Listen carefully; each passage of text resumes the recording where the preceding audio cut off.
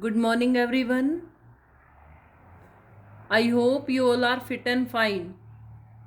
And you know that this is the third part of our history chapter first, nationalism in Europe. इसमें आज हम बेटा यहाँ से अपना स्टार्ट करेंगे. What did liberal nationalism stand for, यानी जो उदारवादी राष्ट्रवादी के क्या मायने थे. जो लिबरल होते हैं उदारवादी. The idea of national unity in early 19th century Europe were closely allied to the ideology of liberalism. अब जो यूरोप में 19वीं सदी के शुरुआती दशकों में राष्ट्रीय एकता से संबंधित विचार उदारवाद से करीब करीब जुड़े हुए थे, यानी वो उदारवादी भावनाएं थीं. The term liberalism derives from the liberal Latin root liber meaning free, यानी लिबरलिज्म का क्या मतलब होता है, free. For the new middle classes, liberalism stood for freedom for the individual and equality of all before the law, यानी कानून के समक्ष सभी की समानता. Politically, it emphasized the concept of government by consent since the French Revolution. ये कहाँ से आई? फ्रेंच, जैसे हमने चैप्टर के शुरुआत में फ्रेंच रेवोल्यूशन के बारे में बात की थी. Liberalism had stood for the end of autocracy and clerical privileges, a constitutions and representative government through parliament. 19th century liberals also stressed the inviolability of private property. अब इसमें क्या था बेटा, जो लिबरलिज्म था एक नए मध्यम वर्ग के लिए उदारवाद का मतलब व्यक्ति के लिए आज़ादी और कानून के समक्ष समानता थी. आज भी व्यक्ति यही चाहते हैं कि कानून के समक्ष सभी व्यक्ति समान हो. राजनीतिक रूप से उदारवाद एक ऐसी सरकार पर जोर देता था जो सहमति से बनी हो, यानी जो राजनीतिक तो था उस पर क्या प्रभाव पड़ता था कि सरकार सबकी सहमति से बनी हुई होनी चाहिए, कोई एक ग्रुप या कोई एक समुदाय उसको बनाने वाला ना हो. फ्रेंच रेवोल्यूशन के बाद उदारवादी निरंकुश शासक और पादरी वर्ग के विशासधिकारों की समाप्ति और संविधान तथा संसदीय प्रतिनिधि सरकार का पक्षधर था. वो ये चाहते थे कि ऐसा हो. 19वीं सदी के उदारवादी निजी संपत्ति के स्वामित्व की अनिवार्यता पर बल देते थे कि जो निजी संपत्ति होती है उसको भी बढ़ावा मिलना चाहिए. अब आगे क्या हुआ, yet equality before the law did not necessarily stand for universal suffrage. लेकिन जो इक्वालिटी थी वो ये चाहते थे कि जो कानून के समक्ष बराबरी का विचार सबके लिए मताधिकार के पक्ष में था. यह मताधिकार सबके लिए होना चाहिए. We all know that what is the universal suffrage, right the vote. ये बहुत समय से हम पढ़ते हुए आ रहे हैं, 6th 7th 8th से ही हमने पढ़ा है. इसका मतलब होता है right to vote. You will recall that in revolutionary France, which marked the first political experiment in liberal democracy, the right to vote and to get elected was granted exclusively to property owning men. तो इसमें किसको दिया गया था, सबसे पहले उनको दिया गया था और वहाँ मत देने और चुने जाने का अधिकार केवल संपत्तिवान पुरुषों को ही दिया गया था, यानी जिनके पास संपत्ति ज़्यादा होती है, और वो भी man, not women. Man without property and all women were excluded from political rights. जिन व्यक्तियों के पास कोई संपत्ति नहीं थी और जो औरतें, उनको किसी प्रकार की कोई पावर, पॉलिटिकल पावर उनको नहीं दी गई थी. Only for the brief period under the Jacobins did all the adult males enjoy suffrage. केवल जो अडल्ट मेल थे वो इसका अधिकार उनको प्राप्त था. However the Napoleonic code went back to limited suffrage and reduced women to the status of the minor, subject to the authority and fathers and husbands. Throughout the 19th and the early 20th century, women and non-propertied men organized opposition movement demanding equal political right. लेकिन आगे आगे जैसे समय होता गया, women ने और जिन व्यक्तियों के पास कोई प्रॉपर्टी नहीं होती थी उन्होंने भी वोट के अधिकार की मांग करना शुरू कर दिया. In the economic sphere, liberalism stood for the freedom of markets and the abolition of state-imposed restriction on the movement of goods and capital. अब इसमें आगे क्या हुआ, जो आर्थिक क्षेत्र था यानी इकोनॉमिक स्फीयर था, उसमें बाजारों की मुक्ति और चीज़ों तथा पूंजी के आवागमन पर राज्य द्वारा लगाए गए नियंत्रण को खत्म करने के पक्ष में था. यानी स्टेट के द्वारा किसी तरह का भी कोई इम्पोज्ड उन पर रेस्ट्रिक्शन वगैरह उनको ख़त्म कर देना चाहिए.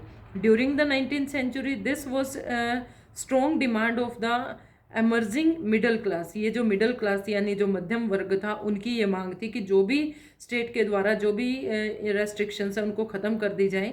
Late us take the example of the German speaking regions in the first half of the 19th century.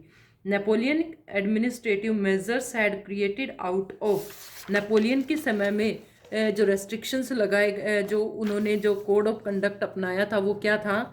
Control small principalities of confederation of 39 state. उसमें क्या था? 39 राज्यों का एक महासंघ बना 39 स्टेट का।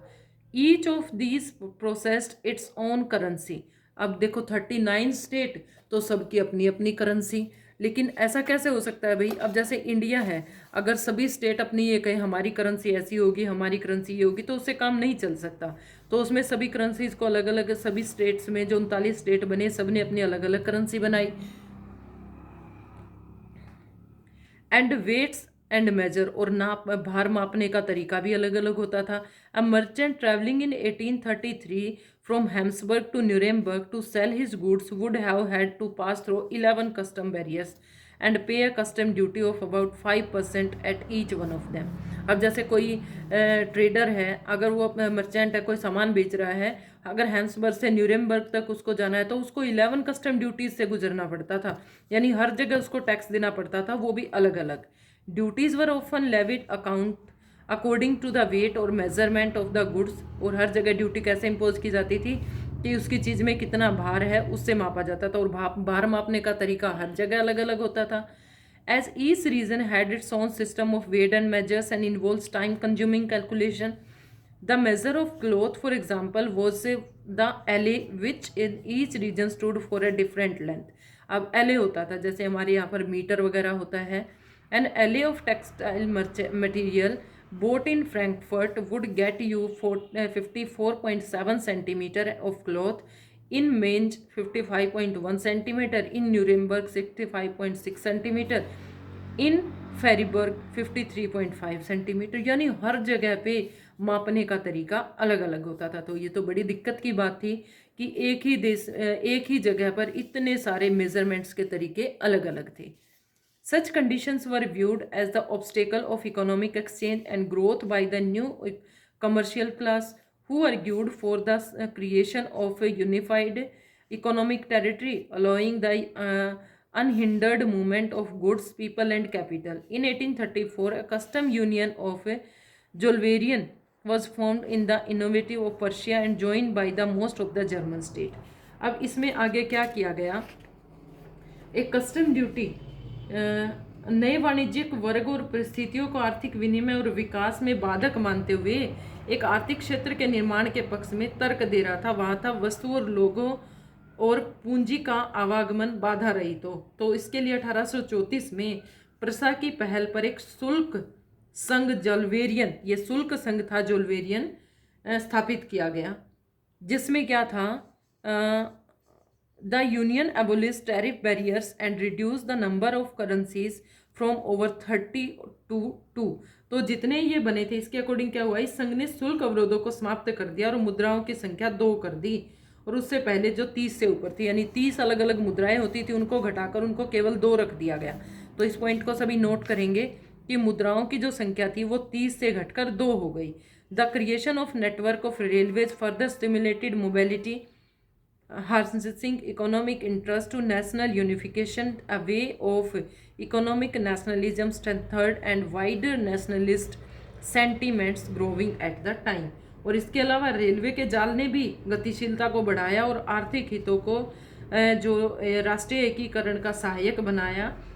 उस समय जो पनप रही थी व्यापक राष्ट्रवादी भावनाओं को, आर्थिक राष्ट्रवाद की लहर को और ज़्यादा मजबूत बना दिया। अब देखो जैसे इतनी सारी संख्याएं पहले होती थी, भार मापने की अलग अलग होती थी, हर जगह करेंसी अलग अलग होती थी, अब उन करेंसियों को घटाकर 2 कर दिया गया, भार के तरीके भी घटाए गए। इस तरह से देश के एकीकरण की जो भावनाएं थी वो लोगों में बढ़ रही थी। अब ये जोल्वेरियन का यहाँ कुछ दिया गया बेटा, इसको आप ध्यान से पढ़ेंगे और उन चीज़ों को अंडरलाइन भी करते रहेंगे। आगे का जो हमारा पार्ट बचता है उसको हम हमारी नेक्स्ट वीडियो में करेंगे।